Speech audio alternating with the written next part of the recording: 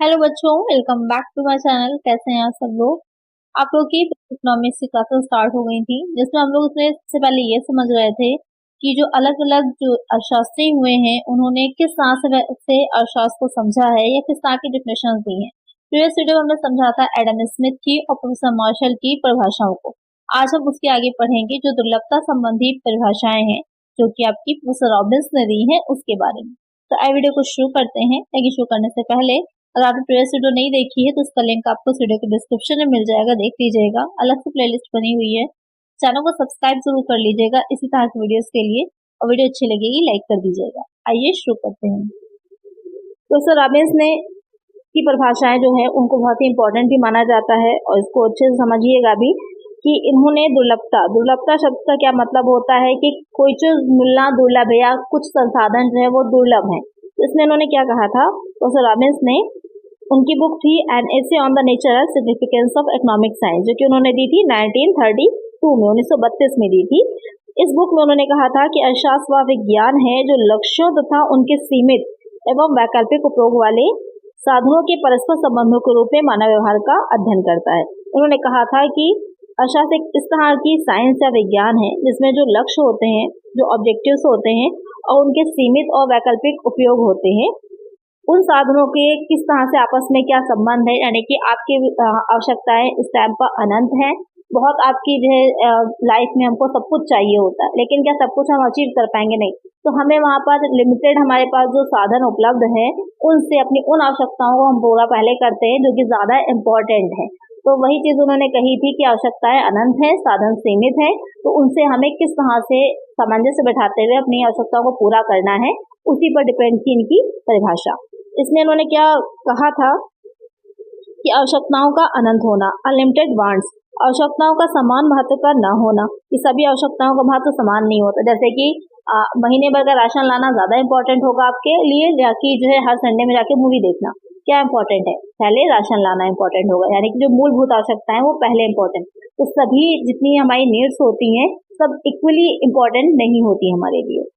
फिर है आवश्यकताओं की तुलना में साधनों का सीमित होना, कि जो आवश्यकताएं हैं उनकी अगर हम तुलना करें साधनों से। अब साधन की यहाँ पर क्या बात आ गई, जैसे कि अगर आपके पास अनलिमिटेड पैसा है, बहुत ज्यादा पैसा है, आपकी सैलरी बहुत अच्छी है, तो वहां पर आप हर महीने में राशन भी अपना कंप्लीट पूरा ला सकते हैं और हर हफ्ते जाके मूवी भी देख सकते हैं, दोनों काम कर पाएंगे आप। लेकिन अगर आपकी सैलरी कम है, लिमिटेड है, पैसा ज्यादा नहीं है, तो वहां पर आपके लिए क्या है कि पहले आप इम्पोर्टेंस किसको देंगे? इम्पोर्टेंस देंगे आप अपने घर के महीने के राशन को। तो वहां पर साधन हमारे पास सीमित हैं। फिर है कि साधनों का वैकल्पिक उपयोग होना। अब यहाँ पर वही चीज है कि हम जाकर राशन भी ला सकते हैं, जाकर मूवी भी देख सकते हैं। अब हमें ये डिसाइड करना है कि हमारे लिए क्या इंपॉर्टेंट है, हमें पहले क्या करना चाहिए। तो यही 4 पॉइंट है जिन पर डिपेंड करती है रॉबिन्स की डिफिनेशन। और अगर आज के टाइम की हम बात देखें तो कोई कितना भी अमीर क्यों ना हो, उसके पास कितना भी पैसा क्यों ना हो, सबकी जो आवश्यकताएं हैं वो बहुत ज्यादा हैं और साधन सबके लिमिटेड ही हैं। तो उन लिमिटेड साधनों से ही हमको अपनी असीमित आवश्यकताओं में देखना पड़ता है कि प्राथमिक आवश्यकताएं क्या हैं, जो प्रायोरिटी पर है, हमारी प्राइमरी नीड्स हैं, उनको हम पहले फुलफिल करते हैं। उसी के अकॉर्डिंग में एक सीक्वेंस में समझ लीजिए हम लोग बाकी की नीड्स को देखते हैं। तो यहाँ पर समझ गए होंगे आप लोग, इसी को डिटेल में भी उन्होंने समझाया हुआ है कि अनंत आवश्यकताएं हैं, आवश्यकताएं समान नहीं है, सीमित होना है, या फिर साधनों का वैकल्पिक प्रयोग, कि हम अलग अलग जगह पर अलग अलग चीजों को ले सकते हैं।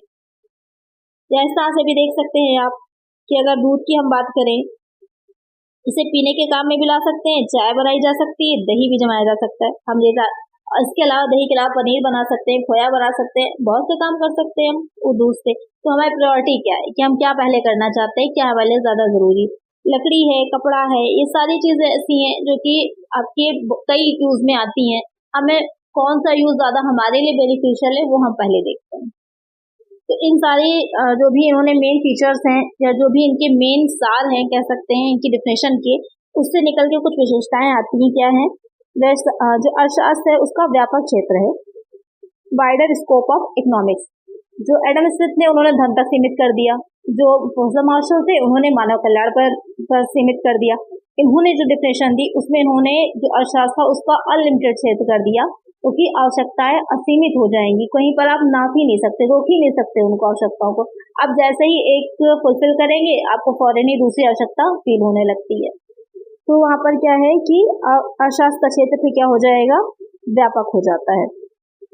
पहले जो था यानी कि प्रोफेसर रॉबिन्स से पहले सामाजिक विज्ञान को प्रोफेसर मार्शल ने माना था, लेकिन रॉबिन्स ने क्या किया था, उद्देश्यों की अनेकता व साधनों की सीमितता के परिणामस्वरूप जब कोई समस्या उत्पन्न होती है तो वह समस्या आर्थिक होगी और उस समस्या का समाधान अर्थशास्त्र में होगा।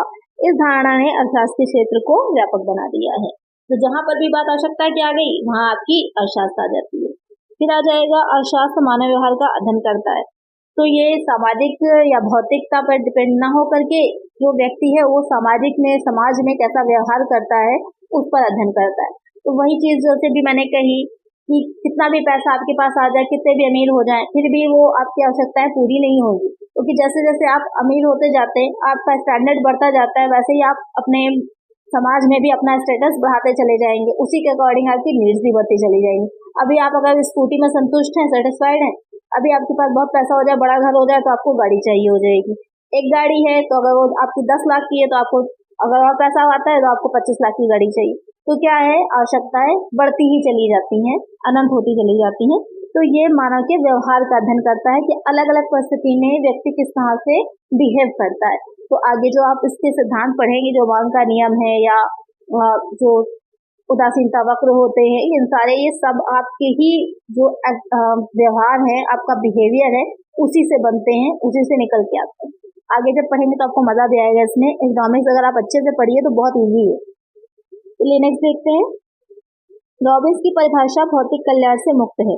Economics has nothing to do with material welfare, क्योंकि इन्होंने भौतिक अभौतिक दोनों को शामिल कर लिया था। उन्होंने कहा था सिर्फ भौतिक को नहीं देखना है, हमें जो अभौतिक है, जैसे कि जो व्यक्ति समाज में रह रहा है या फिर जो साधु संत हैं जो कि जाकर के अलग तपस्या कर रहे हैं, दोनों ही अर्थशास्त्र के क्षेत्र में आते हैं। इन्होंने ये माना था। अर्थशास्त्र वास्तविक विज्ञान के रूप में, economics is only positive science. उन्होंने कहा था कि ये सिर्फ वास्तविक विज्ञान है। क्या है अर्थशास्त्र में, क्या है, व्हाट इज का ही अध्ययन होगा, ना कि क्या होना चाहिए, व्हाट और टू बी। उन्होंने कहा था कि क्या है हम ये देखते हैं, क्या होना चाहिए हम इस पर नहीं चलेंगे। यह मानते थे कि अर्थशास्त्र का अर्थशास्त्रीय उद्देश्यों के बीच तटस्थ है, उसे उद्देश्यों की भलाई और बुराई से कुछ लेना देना नहीं है। अर्थशास्त्र मानव व्यवहार का की उसी रूप में विवेचना करता है जिस रूप में वो है, यानी कि जो है एज इट इज उसे ही लेकर के आपको चलना है। अपने मन से आप खुद भी पिक्चराइज नहीं करेंगे कि ऐसा हो सकता था या इस तरह से हो सकता था। तो ये हो जाते हैं इनकी परिभाषा की विशेषताएं। अब क्योंकि टाइम के साथ आप जानते हैं आप कितना भी अच्छा काम कर लें, आलोचना तो होना ही है। इनकी भी परिभाषाओं की आलोचना हुई, क्रिटिसाइज किया गया। क्या क्रिटिसाइज किया गया ये देखते हैं। इनकी जो आलोचना हुई कि अर्थशास्त्र के क्षेत्र का आवश्यकता से अधिक व्यापक होना। इन्होंने क्योंकि भौतिक अभौतिक सबको शामिल कर लिया, आवश्यकताओं की बात कर दी, तो इनका क्षेत्र क्या हुआ, अर्थशास्त्र का बहुत व्यापक हो गया। क्योंकि जहां भी आवश्यकता आ गई, जहां भी व्यक्ति के पास सीमित साधन हुए, वैकल्पिक प्रयोग हो गए, वहां अर्थशास्त्र आ गई। इसलिए इनका अर्थशास्त्र का क्षेत्र जो है वो बहुत व्यापक हो गया। तो ये अर्थशास्त्र एक अव्यवस्थित विज्ञान बन गया। फिर आ जाता है कल्याणवादी धारणा को जो का त्यों स्वीकार कर लेना। इन्होंने भी ये चीज मानी थी कि आर्थिक कल्याण होना चाहिए, कल्याण इंपॉर्टेंट है, क्योंकि हम अपनी जो भी असीमित आवश्यकताएं हैं, जो भी हमारे पास साधन है, उन्हीं आवश्यकताओं को पहले पूरा करेंगे जो हमारे लिए ज्यादा सेटिस्फैक्टरी होंगी, जो हमें ज्यादा बेनिफिट दे रही होंगी, हम उन्हीं को पूरा पहले करते हैं। तो इन्होंने क्या कहा था कि स्वयं से उपभोक्ता से सीमित साधनों व असीमित आवश्यकताओं के बीच ऐसे आचरण करने की बात कहते हैं जिससे उसे अधिकतम लाभ या फिर कल्याण प्राप्त हो सके, कि मतलब ज्यादा उसको बेनिफिट हो सके और वो सेटिस्फाइड हो, पहले उन आवश्यकताओं को वो पूरा करे। तो इन्होंने मानव कल्याण को भी एक्सेप्ट किया था। उद्देश्यों के बीच में तटस्थ होना। Economics is neutral regarding ends. उन्होंने क्या कहा था कि अर्थशास्त्र जो उद्देश्यों के बीच तटस्थ रहता है। मतलब कहने का है कि अर्थशास्त्र का जो संबंध है साधनों से है, उद्देश्य इसके क्षेत्र से बाहर है। तो यहाँ पर क्या प्रश्न मेनली उठेगा कि उन उद्देश्यों का निर्धारण जिनके लिए सीमित साधनों का प्रयोग किया जाएगा किस प्रकार से होगा। यदि हमें उद्देश्यों की सही जानकारी नहीं है और ना ही हम उद्देश्यों को सही निर्धारण कर पा रहे हैं तो हमें सीमित साधनों का उचित लाभ नहीं मिल पाएगा। और अतः प्रोफेसर रॉबिन्स का उद्देश्यों के लिए तटस्थता वाला दृष्टिकोण गलत है। मतलब कहने का यह था कि हमें क्लियरली पता है कि क्या हमारी प्रायोरिटीज हैं, क्या हमें पहले अपने जो आवश्यकता है उन्हें पूरा करना है और क्या नहीं। तो अगर हम इस चीज में क्लियर नहीं है, अगर कुछ ऐसी आवश्यकताएं आपके सामने आ जाती हैं जहाँ पर आप दोनों के बीच में डिफरेंस ही नहीं कर पा रहे हैं कि क्या प्रायोरिटी है, क्या प्राइमरी आपकी है। जैसे कि रोटी कपड़ा मकान सबकी बेसिक नीड्स हैं। अगर इन्हीं पर बात आ रही हो कि आज के टाइम में अगर एक मिडिल क्लास की बात की जाए, टैक्स का बोझ इतना ज्यादा है, सैलरी कम है, महंगाई इतनी ज्यादा बढ़ गई है, तो वहाँ पर हम बेसिक नीड्स भी पूरी नहीं कर पा रहे हैं, तो वहाँ पर अलग चीजों को हम कहाँ से देख पाएंगे। तो उसमें प्रायोरिटाइज नहीं कर सकते कि किस चीज पर हम पहले खर्चा करेंगे, किस पर हम बाद में खर्चा कर रहे हैं। तो वहाँ पर ये चीजें क्लियर नहीं हो पाएंगी, तो उद्देश्यों के प्रति तटस्थता हमारी समाप्त हो जाएगी। तो इसलिए इन्होंने माना था कि व्यक्ति उद्देश्यों के बीच हमेशा तटस्थ रहे ऐसा जरूरी नहीं होता। फिर आ जाता है साधन और साध्यों के बीच अंतर स्पष्ट न होना, क्योंकि इससे पहले जो धन को माना गया था मेनली कि एंड है, किसने माना था? एडम स्मिथ ने। जो मार्शल आए उन्होंने कहा कि नहीं, धन एक साधन है, यानी एक साधन कितना यूज होता है, साध्य नहीं है, एंड नहीं है। तो इन्होंने क्या किया कि इन्होंने बीच में अंतर को स्पष्ट नहीं किया, कि साधन और साध्य के बीच जो भेद किया है वो स्पष्ट नहीं है। इन दोनों के बीच भेद नहीं किया जा सकता, क्योंकि आज जो साध्य है वो कल साधन हो सकता है। एक विद्यार्थी का उद्देश्य इंजीनियर बनना है, वह इंजीनियरिंग बन करके यानी कि इंजीनियर बन करके आय प्राप्त करने लग जाता है, तब उसकी उपाधि उद्देश्य की अपेक्षा साधन बन जाती है। यानी कि पहले उसका उद्देश्य था कि हाँ बस इंजीनियर बन जाए, जैसे अभी आप लोग पढ़ रहे हैं, आपका उद्देश्य कि हम ग्रेजुएट हो जाएं, उसके बाद यही ग्रेजुएट की डिग्री के बेसिस पे आपको आगे जॉब मिल सकती है। तो ये जॉब जो है फिर आपके लिए क्या हो जाएगी? एक साधन हो जाएगी अपने लिए अर्निंग का। तो जो आपके लिए आज साध्य है वो कल साधन हो सकता है। तो इन्होंने एक चीज कही थी कि पूरी तरह से क्लियर नहीं है, तो उन्होंने डिफिनेशन जो दी अपनी साधन और साधन के बीच में क्लियरफाई नहीं किया था, तो इसके लिए इनकी आलोचना की जाती है। फिर अर्थशास्त्र को वास्तविक विज्ञान मानना अनुचित है। इन्होंने पॉजिटिव साइंस माना है। अर्थशास्त्र को तो कहा जाता है कि सिर्फ अर्थशास्त्र पॉजिटिव साइंस नहीं है, जैसे कि मार्शल ने माना था कि कला भी है। तो बहुत से वैज्ञानिकों ने, अर्थशास्त्रियों ने ये भी माना कि सिर्फ वास्तविक विज्ञान नहीं है।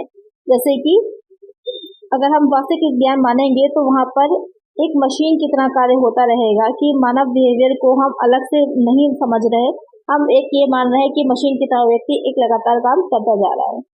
मनुष्य के व्यवहार को अत्यधिक वेगशील मानना गलत है, कि हमेशा व्यक्ति इन चीजों में डिफरेंस कर ही पाएगा कि क्या उसके लिए आवश्यक है, कौन सा आवश्यकता को पहले पूरा करना है। ये पूरी तरह से हमेशा हर व्यक्ति इतना वेगशील नहीं हो पाता है। सही बात है, अगर 2 व्यक्ति हैं या 3 व्यक्ति, आप एक बार एक्सपेरिमेंट करके देखिए, सबको 1000 रुपए दीजिए, सबकी आवश्यकता अलग अलग है, कुछ उसको बहुत यूजफुल तरीके से यूज कर ले जाएंगे, कुछ नहीं कर पाएंगे। तो वही चीज है कि हर व्यक्ति इतना वेगशील नहीं हो पाता है।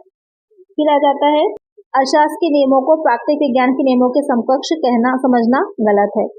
आर्थिक समस्या का प्रादुर्भाव दुर्लभता से नहीं होता।